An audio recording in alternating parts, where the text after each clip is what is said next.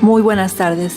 Y como en una película de ficción, así nos ha dejado las declaraciones del ministro Arce con relación a la canasta familiar, cuando dijo que con 100 bolivianos una familia de 5 personas podría cubrir su canasta básica familiar. Ya en el ejercicio estamos viendo que una canastita de estas se puede comprar con menos de 100 bolivianos. Compraría, por supuesto, un aceite en 9.80. Tenemos un arroz con 7 bolivianos. No puede faltar la proteína a las familias. Huevos puede ser. Y ahí, César, mire, haciendo la suma, aquí estamos hablando de cerca de 50 bolivianos solamente en esto, así que me debe cambio, César. Solo compraría esto. ¿Sí? No se quiere más para la canasta familiar. Y por supuesto, esas declaraciones han indignado a un país en el que el 65% de los trabajadores gana menos del salario mínimo nacional. Según la Federación de Fabriles, por ejemplo, el 90% de estos gana apenas el salario mínimo. Y los ingresos de los trabajadores contrastan inmensamente con los más que importantes ingresos de los funcionarios del Estado, así como nos los comenta el analista Manuel Morales. Se nota que no hace mercado, que se nota que vive de la chequera, de lo que como ministro gana, o sea, no paga celular, no paga auto, seguramente de repente ni paga alquileres, no conoce la realidad. La realidad de las familias se debate cada año entre dos variables económicas.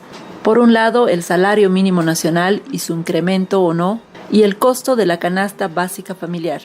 Esta que según un estudio del 2011 de la COP, sobrepasaría los 8.000 bolivianos. Lo cierto también es que el incremento salarial de cada año se define en relación a la inflación de la gestión pasada, cuando lo único que debería tomarse en cuenta para definir este incremento salarial es justamente el costo de la canasta básica familiar.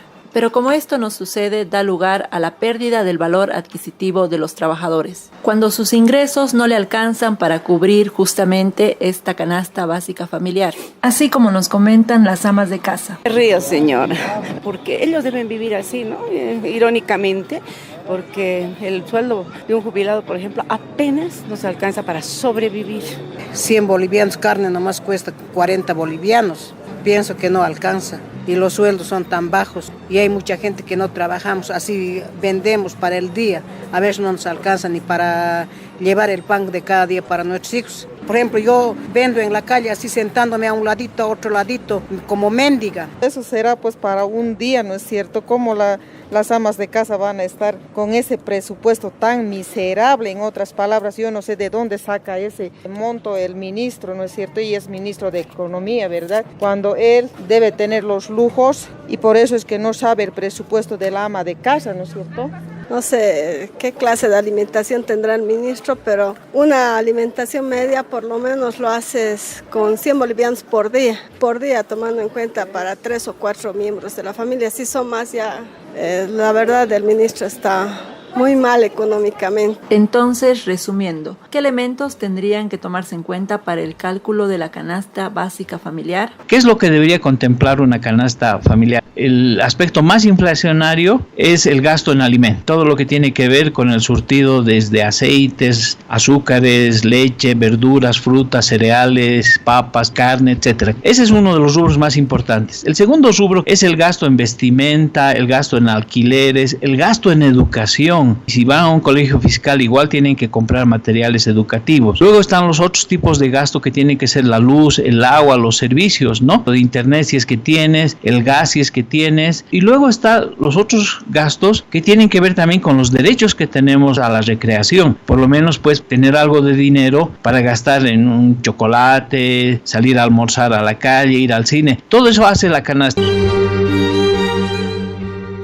Y como la población ya comenta, estas declaraciones no serían gratuitas, apuntarían a un objetivo. Con este comentario de Manuel Morales nos despedimos. Buenas tardes. Eso tiene que ver con toda la política económica del gobierno, que señala que somos un país que crece, que sin embargo todos esos datos son relativos. Entonces, las declaraciones del ministro, ¿a dónde están apuntando? Están apuntando a una congelación del salario o a un aumento mínimo en directa complicidad con los empresarios y obviamente haciéndole coro la actual dirigencia de la Central Obrera Boliviana. Es una producción de Somos Sur.